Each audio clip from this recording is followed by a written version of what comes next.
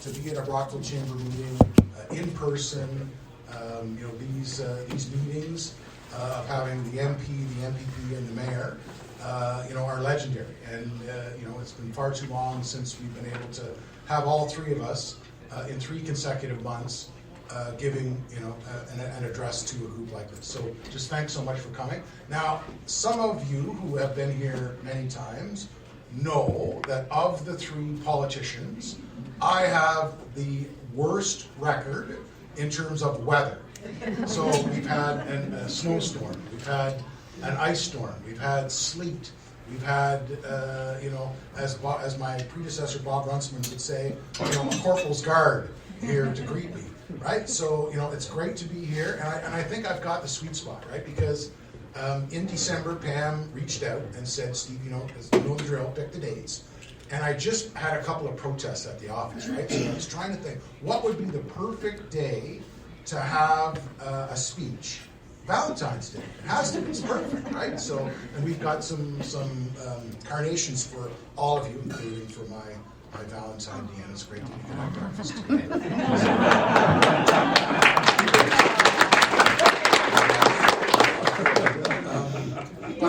But I want to tell a story because Deanna and I are very fond of your parents, Jamie, and everybody knows Chris is a bit of a jokester.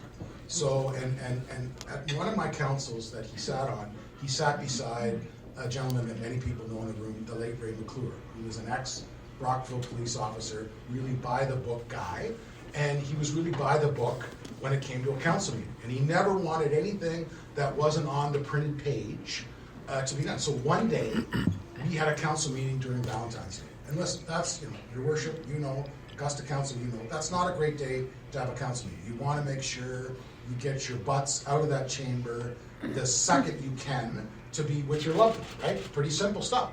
So at the very end of the meeting, Chris stands up, says, your worship, point of order. Yes, at that time, Alderman, that was the name was, right? Not council. Alderman Putticombe. Yeah, I'd like to ask unanimous consent to bring forward a motion without notice. I don't even remember what it was. Right away, Ray, you could see him vibrating in the chair. I want to get out of here, it's 8 o'clock. And he was literally losing his mind at the meeting about how we could delay on Valentine's Day.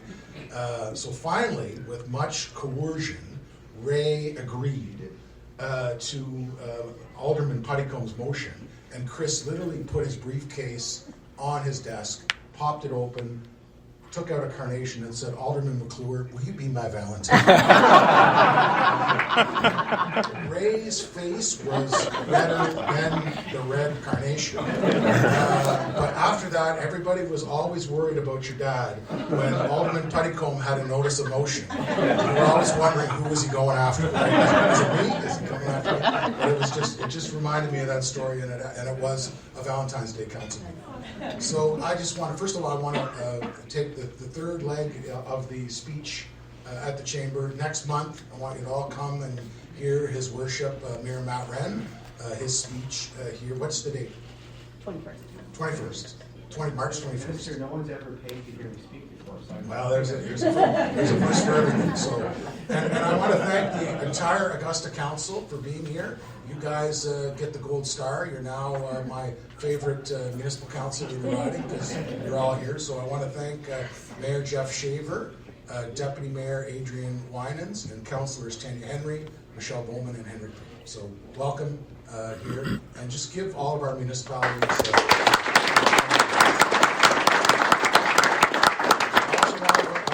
Josh Bennett, who faced off with me in the elections. Great to see you, Josh. And thank you, Steve. I joke with Josh, he's in the best seat, so he can get out and I won't see him, right? So unless he wants to leave. It's just great to see you, and Happy New Year to you, too. Thank you. And then finally, Angela and the team at Allstate. So you guys have been my sponsors for every time I've spoken. Angela and I first met when I worked for Bob Runciman, and she opened her office, and Bob was at Queen's Park, and I brought his scroll because we love our our scrolls in politics, and just really appreciated meeting you that day and seeing your new business. Really, what's always struck me, and I've told you this before, was your enthusiasm and just the fact that you're such a genuine person. So just thank you for being you, Angela, and thanks for always being there for me. So let's give it up for Angela.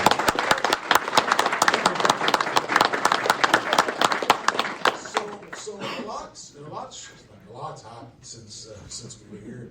A year ago, we had the municipal election, which returned both existing members and some new faces. So we had a pretty good blend of change and continuity in the riding. I want to take this opportunity, not just as MPP, but as minister, to thank everybody who put their name on a ballot in all 444 municipalities. It's pretty tough going out there, especially in the times we live in with social media and lots of other stuff, that we've got so many really high caliber men and women who have decided to put their name on a ballot. So I wanted to say that at the start. It's great to have the councillors and the mayors that are here, but really it really means something to me when people get out there and knock on doors. And it remembers back 40 years ago when I did it as a young candidate for mayor, where I didn't have any experience, and I used the door as an opportunity to really understand the issues. So it's a really good thing. Mike, okay, I'll try to stay focused. I also have had plenty of opportunity as minister to get out and meet councillors from across the province. So we just had the Rural Ontario Municipal Association Conference, and really good feedback from municipalities about what they need moving forward in the future. I'm also proud that we, since we last met, we had a provincial election. I'm proud of the campaign we fought last spring, a very forward-looking, positive message that really prioritized our future and really helped our province both recover from the pandemic, but also accelerate some of the issues that are most important to the people of Leeds, Grenville, Thousand Islands, and Rideau Lakes. And great news last week.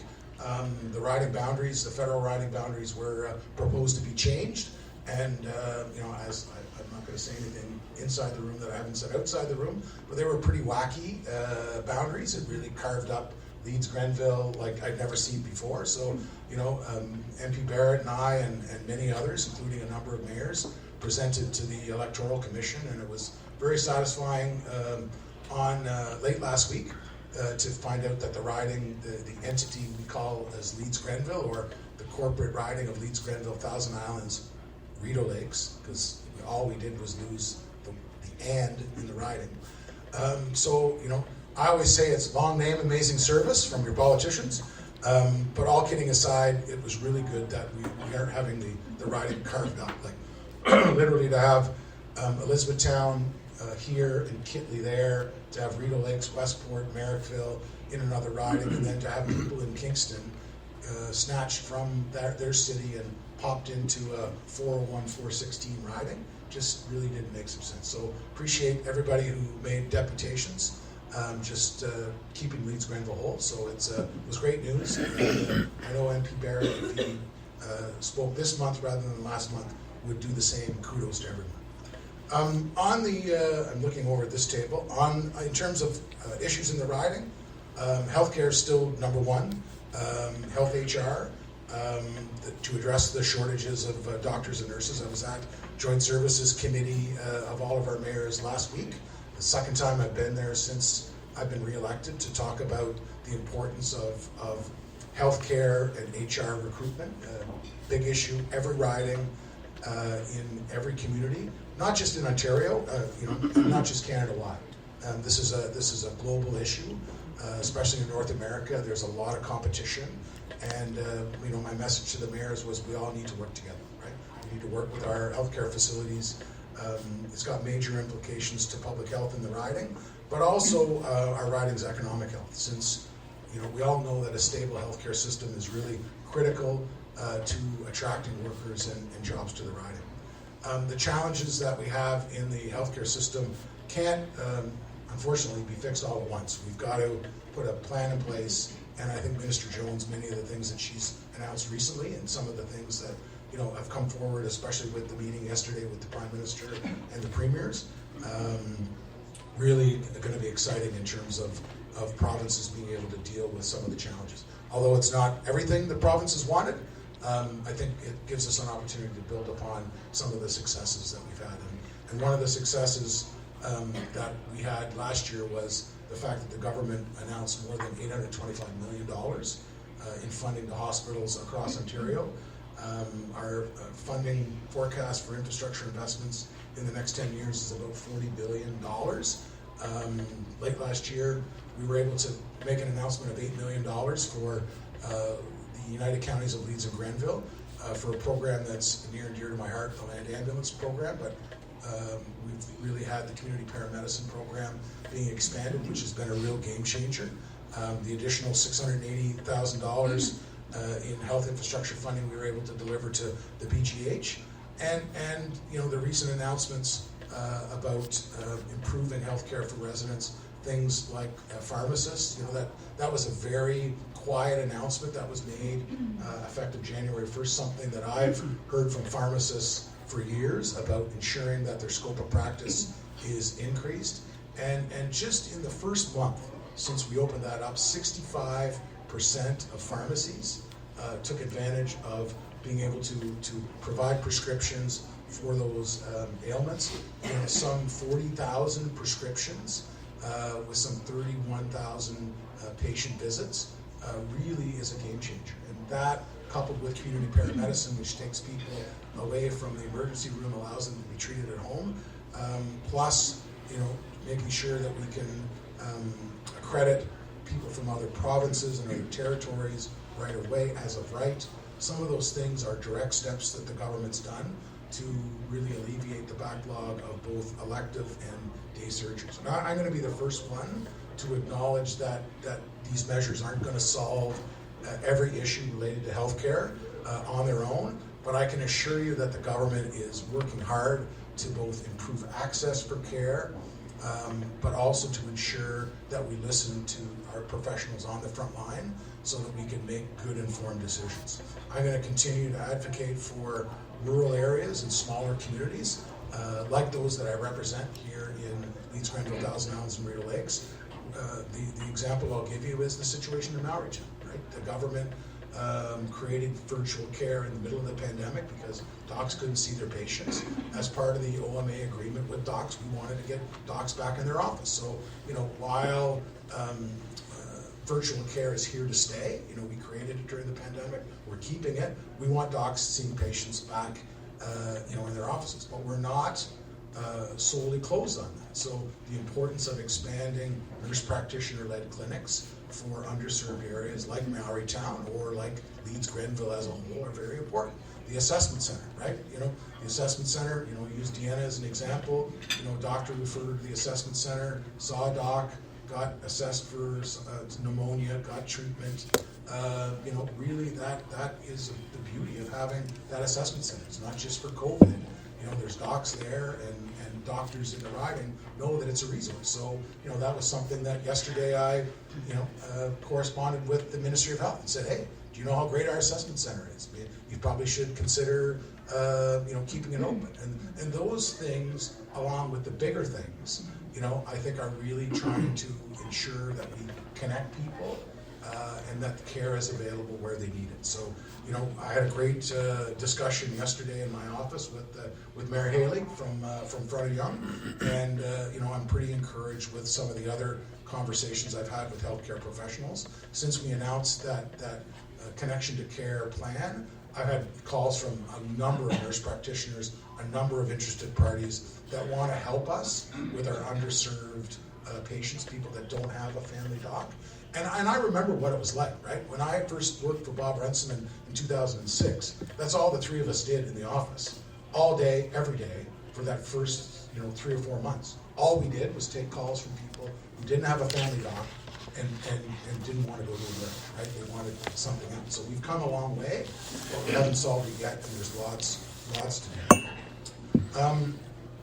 The other thing I want to talk about is just a couple of things that the government has done during the pandemic, and we've seen a real resurgence with the Ontario Trillium Foundation. We've been able to give COVID-based funding to a number of municipalities to help with things like festivals that were having a challenge because people weren't able to get out and enjoy it the way they used to.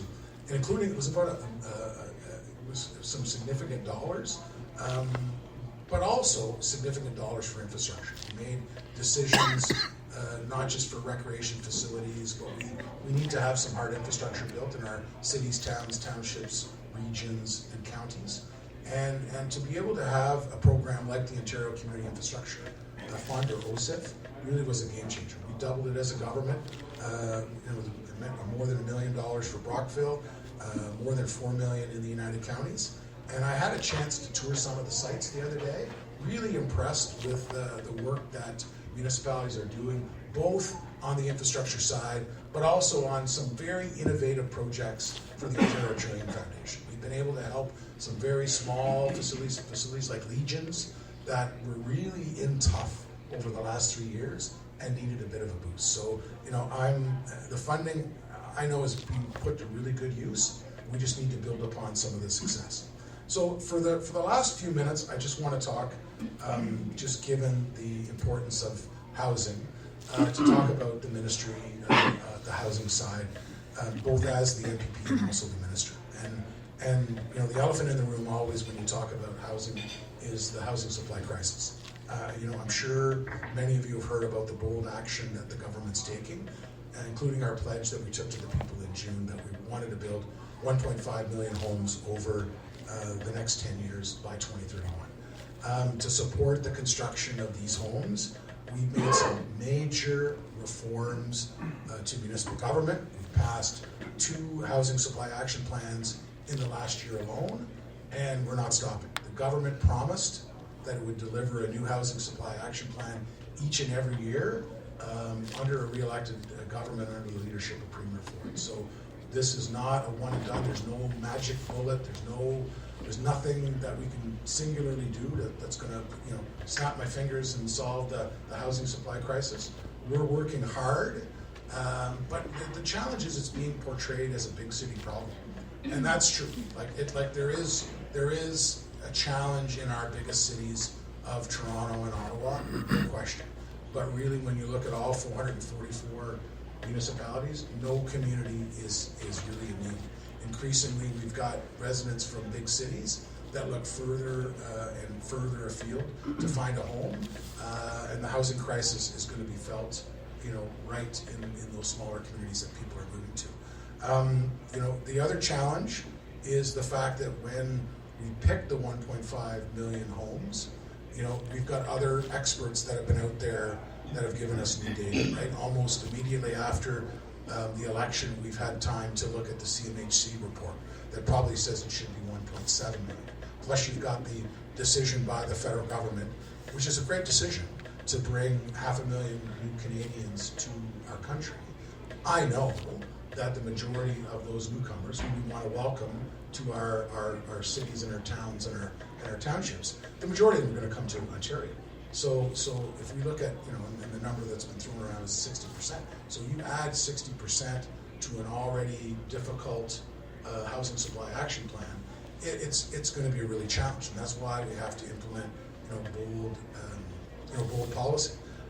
In 2022, last year, we had nearly 100,000 housing starts. It wasn't as good as 2021, but it was still the second highest year for housing starts in over 30 years.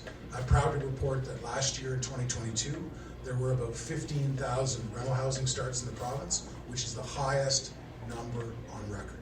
And I know we want to continue to work together to make housing a priority, but you guys can do the math. We were talking with the home builders just before, and 100,000 starts times 10. You guys are better at math than me, right? We're not going to get 1.5 million or 1.7 million. We've got to continue to build upon the success that the government has had, and it's difficult, right? We're dealing with our municipal partners right now, and they're worried about the dollars, which is what they've been worried about over the last 3 years because of COVID. So we've got to continue to work, continue to consult, but time's a wasting, and I want to make sure that I looked at young couple in the face who right now don't have a hope for home ownership, and I want to give them hope. I want to make sure they know that they've got a government that's part of a bigger scheme of ensuring that we work with municipalities, we work with the federal government, we work with all the partners, whether they be a private sector company, whether they be a nonprofit,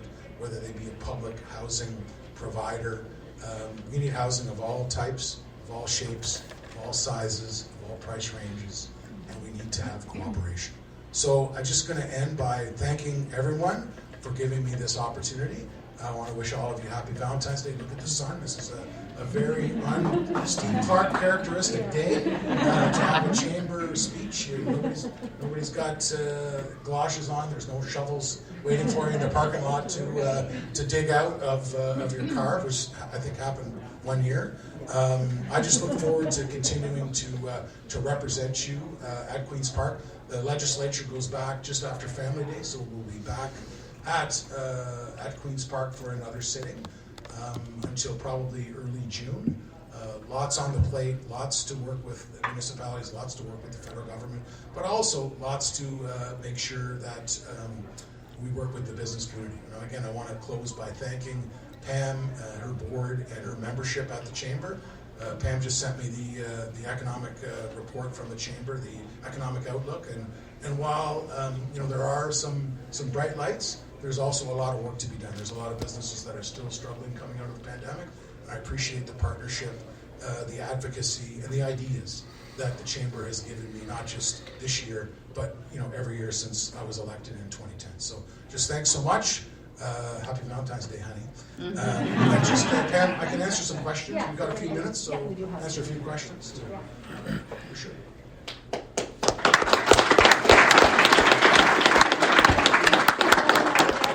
I always know Ronald's got a question. So. Hello, Ronald. Happy Valentine's Day. All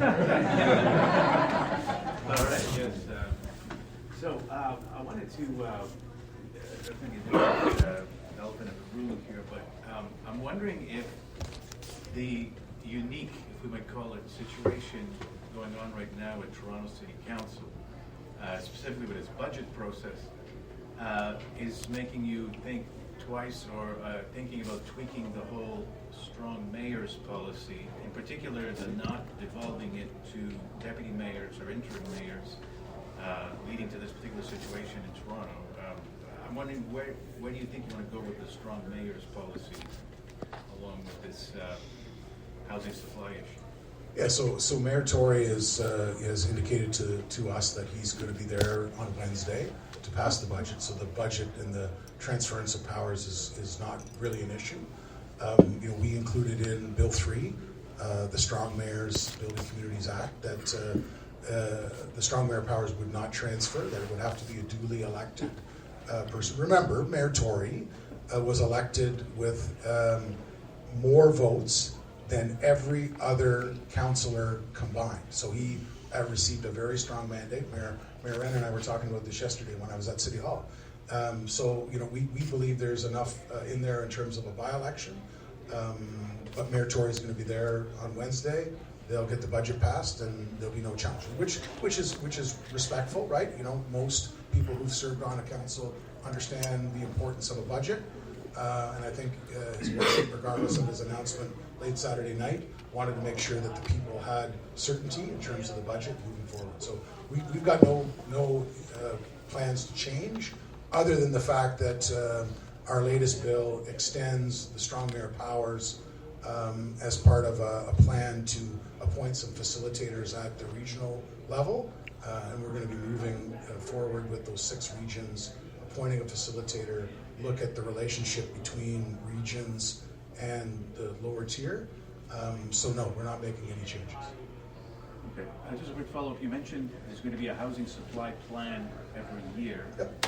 And I'm wondering if coming down the pike, are you considering opening up other areas for development? The Greenbelt sort of has caused a bit of pushback. What sort of things are you contemplating for 2024? Well, we're still consulting. Part of the posting of those 15 properties in late last year was comments, so we're just sifting through some of the comments that we've received. We've also had consultation on rural housing, something that ridings like ours feel very strongly about, that we need to have a plan that deals with small communities in rural jurisdictions. So all of those consultations that we've done, including some of the comments we received from municipalities at Roma, will help inform the government on future housing supply action plans. So we haven't closed on what will be in the next bill, but we are certainly continuing to consult and listen to all of the stakeholders on what they'd like to see. Thanks. Yes. Hi, Jane Huss, United Way. You talked about housing, and I'm so glad that you did, because it's a social determinant of health. Absolutely. And one of the things when I've listened to you talk about healthcare is you talk about the care. You don't talk about health. And with health, we have to look at health equity and the social determinants. So where are we investing money in the health promotion and the other parts of the health system that then prevent them from needing to go to a hospital or other kind of facility? Yeah, no, I think it's really important. I met the other day a month ago with Dr. Lee for the first time. Really impressed with her. Obviously, Dr. Stewart and I'm very fond of Dr. Stewart. I think she did an incredible job in this riding during the pandemic. And you've probably heard me joke that I never wanted her to retire because she was the best that I'd ever seen. I'm really impressed with Dr. Lee, and I'm really impressed with some of the ideas that she has about building upon the success of this riding in terms of health. Never have I seen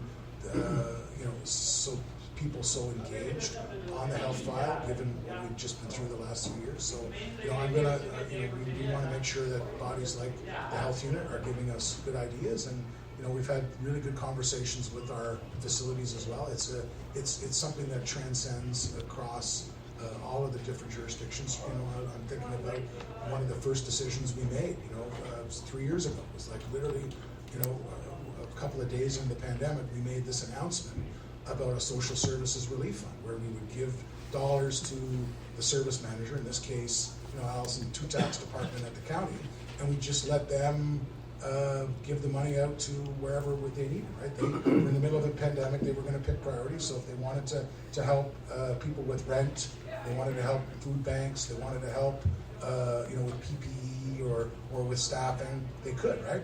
And at the time, Minister Smith and I, when we made the announcement, figured, okay, COVID's going to last like maybe 3 or 4 weeks, and we'll be back. Had no idea that little announcement we made that day was going to end up being $1 billion sent out to municipalities over a couple of year period. So, and we did that because exactly your question. We wanted to make sure that those communities were safe, that if people needed help, that communities were flexible. Now we've got to build upon that, in a post-COVID environment, which I think is a multifaceted health scenario. But Dr. Lee is top-notch for me, and we're going to continue to support public health and some of their efforts. No question. Yes. Steve, one of the portfolios that maybe isn't being talked enough lately is the Canada-wide early learning child care system, which provides supports and is happy to be at the table of the province to kind of guide that rollout. The biggest challenge is staffing, staff shortages. As the largest not-for-profit charitable provider, just to meet current demand, Ontario needs about 1,400 registered childhood educators. Locally, we need 50 just to meet the current demand. Can you talk about maybe some of the incentives or ideas that the province is thinking about to kind of increase that capacity of staffing? Well, I look over at Glenn and the team at St. Lawrence, right? And that's how we dealt with some of our healthcare challenges, right? Whether it be PSWs or nurses, we work very closely with the college system. And I've had this conversation with Mr. Dunlop, right? And I've said to Jill, you're going to be like the busiest minister, because between Minister McNaughton trying to ensure from a labor perspective that when we bring in new Canadians that we use them in their skill sets. But we've also got this entire generation that really, when it comes to the name of our healthcare, the Learn and Stay program, I think that could be used for any sector. Right? I think it could be used in your sector. The number one question we get on childcare is there's a deal with the province and the federal government. how can I use the latest 2 emails I read over the last couple of days. How can we get more spots in North Grenville? How can we get more spots in Gananoque? I'm sure there's a few that I'll get from Rockville. So we're working with the United Counties as our service manager to try to understand the unique needs of us. But we're going to have to, at some point, create some program that fills your HR void, just like we're trying with healthcare. And it's going to be, facilities like St. Lawrence that are going to play a key role in us being successful. We're not just going to fill your gap from new Canadians coming in. It's just not going to happen. Yes. Glenn, just talk to me, choose. Yeah, no, Glenn Balber at St. Lawrence College. So I'm glad to hear you say that, Minister Clark, because I think what you folks and your government did with PSWs and healthcare, I think we trained about 7,000 or 8,000 new PSWs because of the government incentive, and that was a great program, so thank you for that. I don't really have a question, I have a thank you. I think 6 years ago when we got together talking about some of the priorities that we need in the college system, we had 3 major priorities, and you and your government delivered on all 3, and so we've come up with another 3 here. I told you, we ripped through those 3 pretty quick, so I was surprised. But one of the ones, and the most recent one, was credential reform, which will allow St. Lawrence College to offer 3-year degrees, which, Les, as our new campus dean and our team here, are busy working to develop some 3-year degrees that will hopefully meet the needs of our local community, our local employers. And I just want to say thank you to you and the government for that. Well, no worries, and I'm thanks for the list too. So that's the credentialing piece, the 3-year piece, was a real, interesting issue that the government, even I know from your perspective, but even from mine, really moved faster. And I think there were some things during COVID or just before COVID that the government had as their plan. And I half joked with Glenn that I said some of those 3 were on this term's list, not last term. But I'm glad that we were able to get through them so fast because, listening to Rob, from the Y, right? We need that same speed that we did with some of those issues last term to do this term. And I know Minister Dunlop. She's like the energizer when it comes to going to campuses and understanding it. And she understands the key role that our post-secondary institutions have, not just on healthcare, but on some of the labor shortages we're experiencing. You can't ramp up new childcare spaces as fast as the federal and provincial governments want without taking a real hard approach on how we're going to get bodies, right? How are we going to have those people that are working in that industry? So it's a real challenge for us. But thanks for the kind words. Okay, one last question from Sandra. We do Canada, Sandra, so sure. Hi, Steve. Hi, Sandra.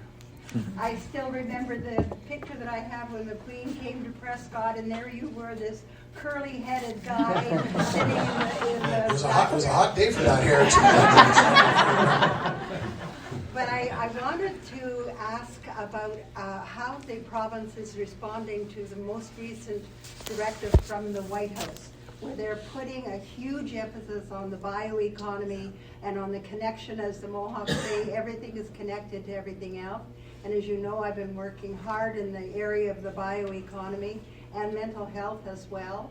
And I wondered what emphasis or directives that have come from the province with respect to strengthening our opportunities here in rural Eastern Ontario in that really, really critical area of the bioeconomy. Yeah, no, it's a great question, and we've really got some great opportunities, right? And I'll single out Augusta Council, right? There's been some very innovative proposals around taking an area like Maitland, which has for many years been synonymous with chemistry, and converting it into the bioeconomy, right? And we've seen in Sarnia that start to take place. My friend Bob Bailey, who he came and visited, and he was standing in front of the plant, and he was like one of the only guys that knows Maitland exists, right? Because he was a former biochemical employee, but he saw what he's been able to do in Sarnia, and he sees that there's a great opportunity for us to build upon it in Maitland. The challenge always is, you've got different governments, and you talk about what the U.S. is doing. We've got to get the provinces and territories and the federal government a bit in sync, right? Because in some cases, the feds have funded as a one-off some of that bioeconomy accelerator, and in some cases, we've seen the province do sort of the same thing. What we need is to take some of those programs like the Eastern Ontario Development Fund and the Eastern Ontario Development Program and integrate them so that the feds and the province are working together on some of the challenges that you're talking about. I think the jobs and the opportunity are great. We just need to make sure that, just as I need all three levels of government, going in the same direction on housing, I think we need to have a conversation at the federal, provincial, territorial level, and maybe a group like FCM would be good, the Federation of Canadian Municipalities, to help deal with it. But I think from a riding perspective, it provides us a great opportunity to grow jobs, which is something that I think we all want. So it's a really good question. Yes, sir. Hey, Ken Spicer, Goffel Healthcare. Just off the story, we talked briefly about the seniors' home tax credits. Just wondering if that's going to possibly continue. We talked a lot about the PSWs and the education and the clinical needs. Obviously, working closely with local and community people with equipment needs. Sometimes there's a disconnect, and the lack of funding. Obviously, you have all the clinical people in place, but the equipment needs sometimes sort of fall behind. And just curious if there's any plans to make that sort of a permanent platform. Yeah, it has been really successful, and the deadline's coming up, right? So everybody's feverishly promoting the fact that we've got the program. Now, I'm hopeful, I'm optimistic that Minister Bethlen-Polvy, we're about, as I said, go back to the House on Tuesday. I think we're about the 45-day mark where the minister legally has to present a budget. So I'm hopeful that he'll include that. I certainly I fight at your place and certainly know the importance of what you do in this location and others like you across the province. Deanna and I got our own view of the importance of organizations like yours when her mom spent time in the hospital with COVID several months and then needed different aids at a retirement home, hoping she's going to get back home again next month or so. But we really it became important to ensure that people have clarity on the funding models that are there, and I appreciate that when you have a program that goes over 1 year, you don't get that certainty. So I'm hopeful that Minister Bethlen-Polvy, with all of us who've been taking the great information you've given us and put it in front of him, that he'll continue it. So, and I'll continue to advocate to him to do that, because our riding's probably not just underserved in terms of docs, but we're underserved because of our high population of seniors. We want to make sure that they get connected to programs like the ones that you're implementing. So something that I'm really going to be looking for as a member in that budget come whenever it's done. Good point. Okay, just thanks so much. Just really happy to be here. Are you going to provide final comments? Or you want I me to- will, but I'm just going to ask Okay. Angie to come up. Oh, yes, and Angie's say a gotta little come up. thank you to you. You're the best, Angie.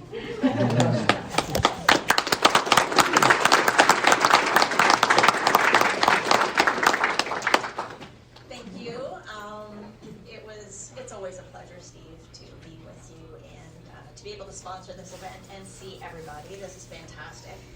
You said something that resonated with me, which was concentrating on rural communities. Growing up in a small farm town, Spencerville, that kind of hit home. So thank you for that. Thank you for your representation. Thank you for everything you do. And got a little something for you. So thanks again.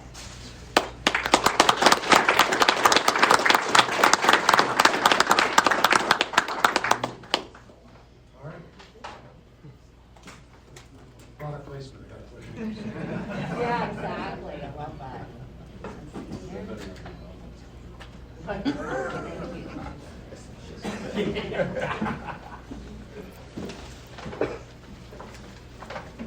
All right, before I close it out for the morning, and it's been a wonderful morning, like Steve has said. I can't believe the weather, but we'll take it. Definitely take it for Valentine's Day.